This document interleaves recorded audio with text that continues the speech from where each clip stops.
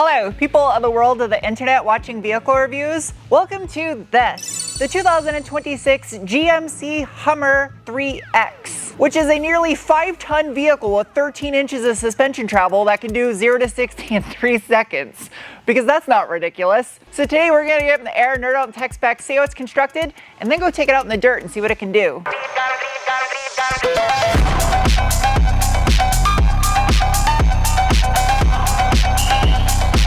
This is mildly terrifying. I know my lift's rated for 14,000 pounds, but this is terrifying. While yes, it can tow quite a bit, for how long and how far until the battery is depleted, that's a different topic. Well, that's wild. Look at this back bumper. Cause f your windshield. Nervousing.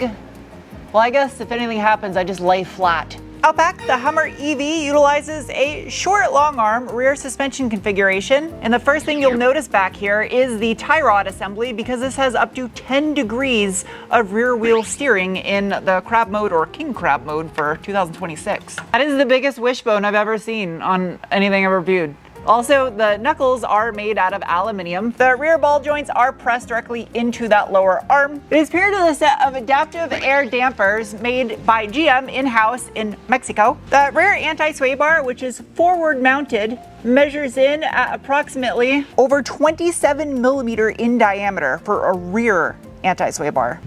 Plastic, because this one does not have the optional skid plate package, which should be standard on a Hummer, I feel. Housed in the steel rear subframe is one of 2 permanent magnet synchronous electric motors. That CV shaft is huge, like the boot is the size of a grapefruit. Typically at this point, I would mention a rear differential, but in this instance, because there are 2 electric motors, it can torque vector 100% of the torque to either left or right wheel because there are 2 electric motors with a single speed reduction gear, a 10.49 to 1 ratio. However, there is no locker feature standard. There is an optional e-locker feature on the Extreme Off-Road package. As far as ease of maintenance goes, pretty much everything is just above this subframe. So if you drop the subframe, you have access to everything for maintenance. The GMC Hummer EV is built on GM's GM-BT1 platform, and this SUV 3X model weighs in at 8,673 pounds with a 48 to 52 front to rear weight distribution. This is all steel though under the battery. 3,000 pounds of battery up above my head right now. A 20 module unit on the SUV. The pickup gets a 24 module. That's why it's more horsepower and torque than this one.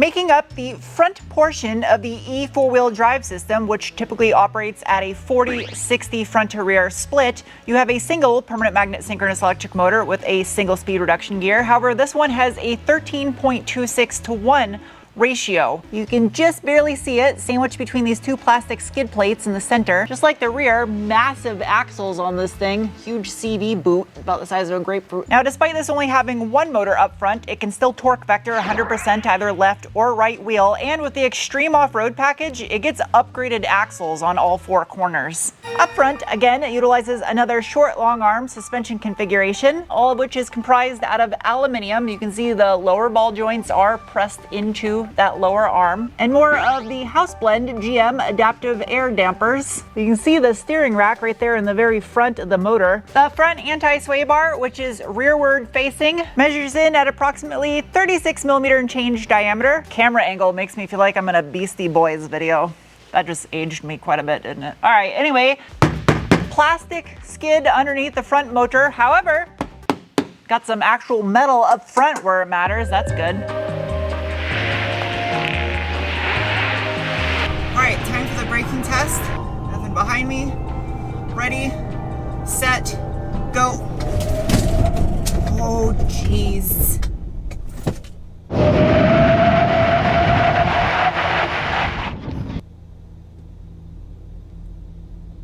That was one of the more terrifying braking tests I've ever done before. With this kind of suspension travel, I was a little wary of if it was gonna stay straight or not. That's a ton of dive. You know what though, for the size of the vehicle, the stopping distance wasn't as bad as I thought it would be. I mean, for how much it weighs, it stops in a reasonable amount of distance on an all-terrain tire. That braking was just made possible in conjunction with regeneration from the electric motors thanks to a 2-piston front caliper with a 355mm or 13.9-inch front rotor. These wheels, they are a 22 by 9.5 alloy manufactured in Thailand, wrapped in a set of 305/55 22-inch Goodyear Wrangler Territory all-terrain tires. Kind of a large diameter rim for an off-road vehicle. However, the Extreme Off-Road package drops you down to an 18-inch wheel, and you can fit up to a 37-inch tire on this like the original Humvee. The ride height is adjustable. Currently, as you see it, I have it set in the off-road position. It goes even higher than this in extract mode, up to 16 inches of ground clearance. Inner fender liners, plastic, cleanable, good. Holy shit. Look at that bull ring, that is insane. LED projector fog lights, front-facing cam, active grille shutters behind the grille. In case you forgot, it is no longer AM General, it's a GMC. Kind of same soup, different sandwich. Powder-coated steel, step-up bars. What? Okay. Good job to you too. The battery is double stacked. There's 10 modules and 10 modules on top of each other like a sandwich. That's why there's this big black plastic trim piece hiding it. Well, that's good. At least they didn't put any stupid hairy cardboard anywhere on this thing. Plastic rear and fender liner. In case you didn't notice by now, it's an 8-lug. Out back, you step up, barely, to a 356mm or 14-inch rear rotor. However, it goes down to a single piston caliper. The wheel and tire, same size as you get up front and as the spare. Which, fun fact, is actually a limiting factor on your departure angle, I guess, if you're climbing a wall. In the name of science, I am now going to give this thing the beans. But first, assessment of bolstering. No, it doesn't, no bolstering. Seats have the little Hummer logo in them, and they're pretty durable feeling, comfy. The seats are heated as well as ventilated. However, it's not touchscreen down here. You have to use the upfitter switches to control these things, as well as they are memory. Steering wheel is also heated. As far as drive modes go, I have a little rotary dial in the center. I can turn that, it's a little bit laggy, and go from normal, I'm on the moon, to my mode, which you can custom configure. And it gives you the ability to change your steering, suspension, acceleration, motor sound. And then I have off-road, terrain, and tow haul. Tow in the rocket booster. Each one of the modes also tells you on the screen what they do exactly in case you're confused. I can pull the drive selector down into drive or tap it again to put it into low. And then there's also a little spot where I can adjust my one pedal driving on or off. In addition to those modes, I also have Crab mode and WTF, Watts to Freedom. So I double tap my traction control button. I enter Watts to Freedom mode, which gives you this really neat lunar launch graphic, and it actually is correct. It shows the SUV and not the pickup. Now it's gonna lower the vehicle 2 inches, because 13 inches of suspension travel with this kind of acceleration is wild. Just point and shoot. Okay, seat's vibrating to let me know it's ready. So it's telling me to floor it. All right, let's see what this thing can do. And go. Oh, Jesus! Okay, that's good.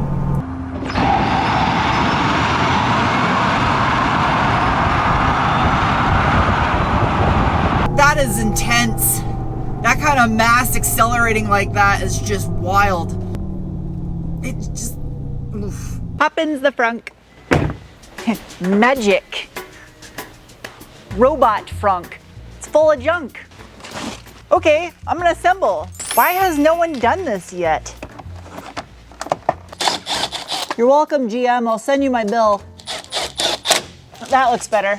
Underneath the frunk plastic of the 2026 Hummer EV SUV 3X is one of 3 permanent magnet synchronous electric motors. Now, GM doesn't publish the exact horsepower and torque output of each one of the motors. However, they publish enough data that you can kind of do the math to give you an estimate of what each electric motor is producing maximum while you're driving, and the normal torque split output. So up front, the permanent magnet synchronous electric motor is producing roughly 332 horsepower at 4,780 RPM and 365 pound-feet of torque instantaneously. Out back, you have 2 electric motors. Each one is producing roughly 249 horsepower at 3,780 RPM and 346 pound-feet of torque. And the total combined system output for the vehicle gives you 830 horsepower and 1,057 pound-feet of torque at the motors. GM gives you a figure based on axle torque, which is multiplied because of the gear reduction at 11,500 pound-feet of torque. I feel that it's kind of misleading because other vehicles don't rate their torque like that, so it's a little confusing. It's cute. It's got a little ejecto seat button that glows in the dark, although that kind of looks like a C4 Corvette or a Fiero maybe. Little LED light. What the fuck? GM, you didn't give an access door to quickly get to your brake master cylinder. Unless it's not located in the same spot anymore, then I'll eat my words, but if it is, that's silly. At least they painted under the hood. Well, they give you access to the washer fluid reservoir. I guess that's still not too difficult to do yourself. This is really hard to reach. For the first time in my life, I felt what it's like to be short. It is now time for Rally Special Stage 2.0. I don't know what to think about how it's going to be driving this thing around the Rally Special Stage. I'm going to just keep this thing in off-road mode. Could defeat the traction control to make this thing extra squirrely, but I don't necessarily think that's going to be a good idea because this has the capability to send rocks into lunar orbit. So, all right, let's see what this thing can do. Ready? Go. Oh, I gotta put it in drive. Go. All right. Yep. Whoa, that's already kind of sketch. It started getting shifty. Oh. This is a massive. Wow, the suspension's super soft over those bumps. Just soaking them up. This is a heavy vehicle. I'm just gonna say that. I don't know how I feel about going fast in this thing off-road. Other than the suspension is really good. Okay. Even if it's got the greatest brakes in the world, it's on dirt. I definitely feel the robot's doing quite a bit in the stability and traction department, trying to keep this thing straight. This is nerve-wracking. There's just something extremely unsettling about whipping this thing through the desert. Yep. As soon as you floor it, it just wants to point and shoot in whatever direction the suspension starts to allow it to go. It's... This is not a rally vehicle. Okay.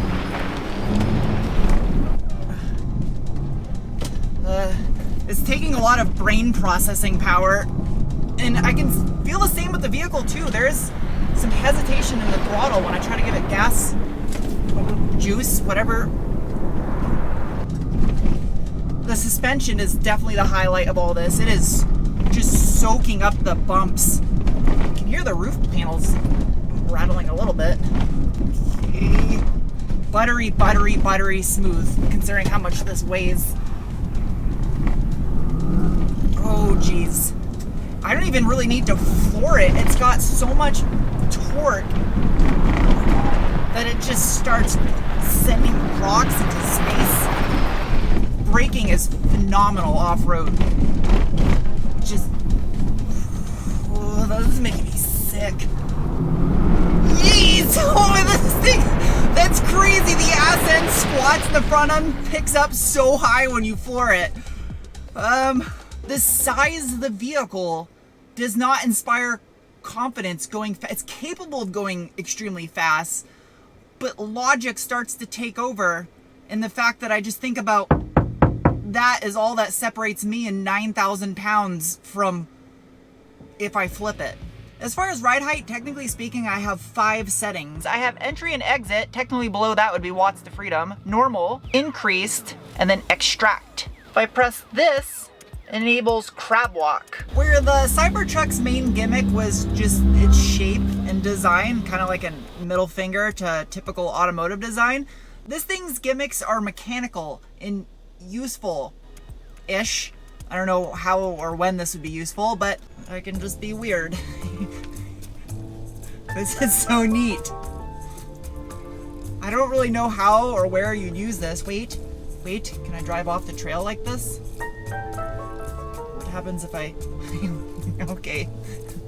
Just drive over here. Can I come back onto the trail?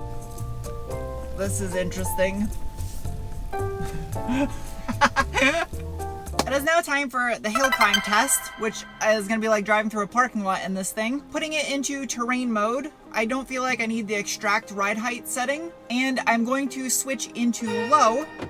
Unfortunately, I don't have the e-lockers that you get with the extreme off-road package. I'm just going to crawl up this thing, really try to challenge it. Trail cam is helpful. All right, there we go. I want to try to challenge this thing. Yup. All right, and did not high center. I like crawl. I was even going 1 mile per hour. Everything is nerve-wracking because of the mass of this. All right. Oh, jeez. 22 degrees. 22 degree pitch. You can hear the robots getting angry from the one pedal drive, the ABS working overtime to make it stable. The ass is squatted right now, so it's easier to load and unload things. But when you have this thing in extract mode, it's literally tit level. And I'm tall. Underneath this is not a lot of anything, just some plastic stuff. Kind of hard to tell on camera, but this is pretty good size. Like a small dog or a cat could sleep in there comfortably if you gave it a pillow. There we go. That looks like an adult size subwoofer in there. Got some buttons to fold the second row. Robot close. The back seat on this thing kind of feels like if you were to sit inside a Lego space vehicle, because the blue tinted tops, it creates an ambiance. The roof panels are removable in the same fashion as the Bronco. It's just a big lever that you flip up on front and rear. I have my own climate control back here. The rear seats are heated. They're not ventilated though. There's a slot underneath where you could put I don't know what shape paninis are, so a burrito would probably make more sense. Map pockets. Fold this. Cup holder. Still has a little Diglet lock popper. The rear seats do recline. I have them reclined right now. So all the way up is very, actually limits your headroom. Now my head's scraping. The same durable, easy, washable flooring in the rear too. The speaker grills are interesting. I almost thought it was metal. I think it's plastic though. Behind the steering wheel, there is a single flappy paddle to control the regeneration. It does have the Super Cruise robot enhanced cruise control that can change lanes for you. The gauge cluster is full digital and custom configurable.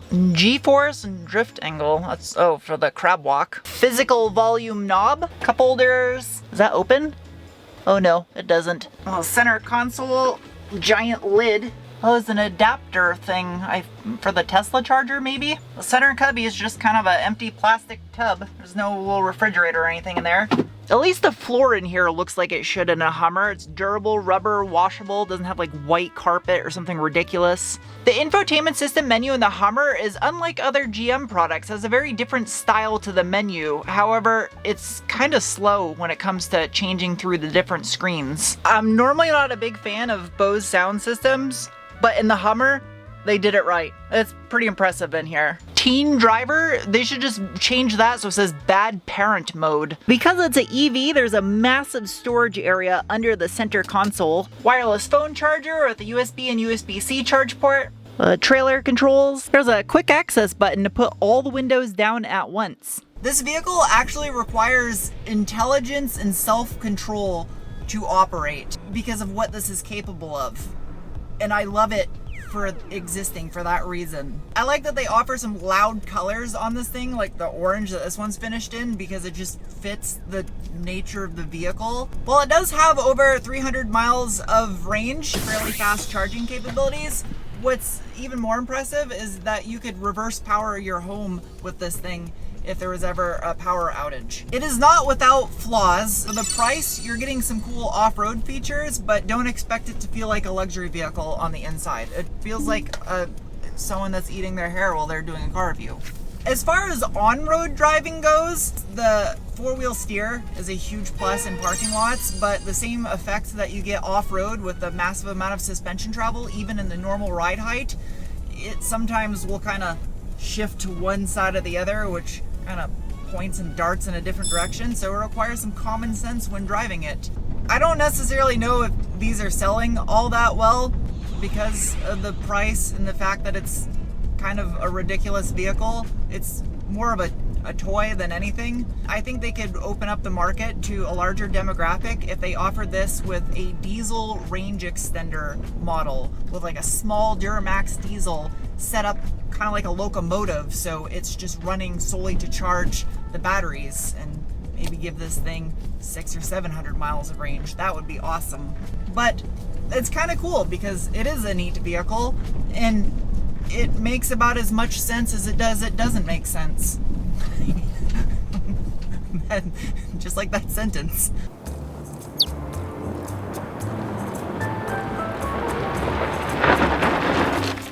It is now time to give this thing some scores. Starting with the bean score, the assessment of the feeling you get in your gut when you give it the beans. And the Hummer 3X SUV gets a rating of... Next is the cookie score, the assessment of value. And as this one is equipped with some options added to it, bringing the total to about $111,000, it gets a rating of... Next is the wrench score, the assessment of ease of maintenance, and it gets a rating of... Next is the meatball score, the assessment of off-road capabilities, and it's getting a rating of... Last is the penguin score, the assessment on how much I personally like a vehicle, and this Hummer gets a rating of... With the exception of the military spec Humvee, which was a purpose-built piece of equipment, it's just as ridiculous as the previous generations of Hummer. And that's the whole point. It's a ridiculous vehicle for people that want to be ridiculous. So I'm okay with that. Anyway, I hope you guys enjoyed this review. I'll see you soon with another. Bye.